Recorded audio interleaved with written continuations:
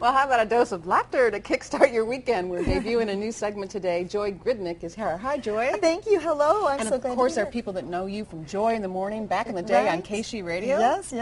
Back in the day, like some of my hats that I brought today. And I'm kind of here today to talk about hats. And I want to sort of bring hats back because people, just now I was sitting in the lobby and a man came out and said, "Oh, you look nice." And I said, "Thank you." And he said, "Are you dressed for Halloween?"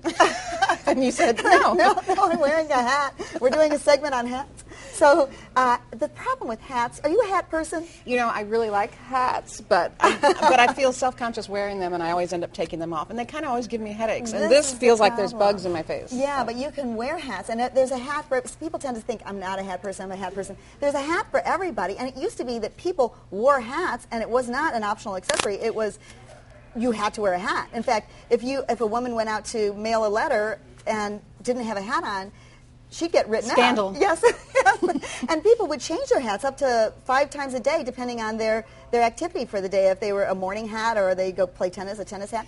And still today we have all these sayings based on that, like, you know, hats off to you. Well, yeah, throw your hat in the ring, or I wear a lot of different hats, which I do, except they're all too tight. Let me show you some of the ones that I have. I made this hat. This is You did? Yes, this is a... I mean, you did. Yeah.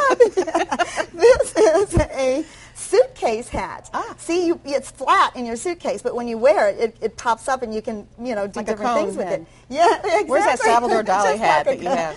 Go ahead. Doesn't that look like Salvador Dali where he wore it on the Yes, side? this looks like this, but it looks sort of strange. But then if you can turn it and you can do different things, you can make 32 different hat styles with this and a hat. You counted them. And 32. That's what I was doing, Christine, yes.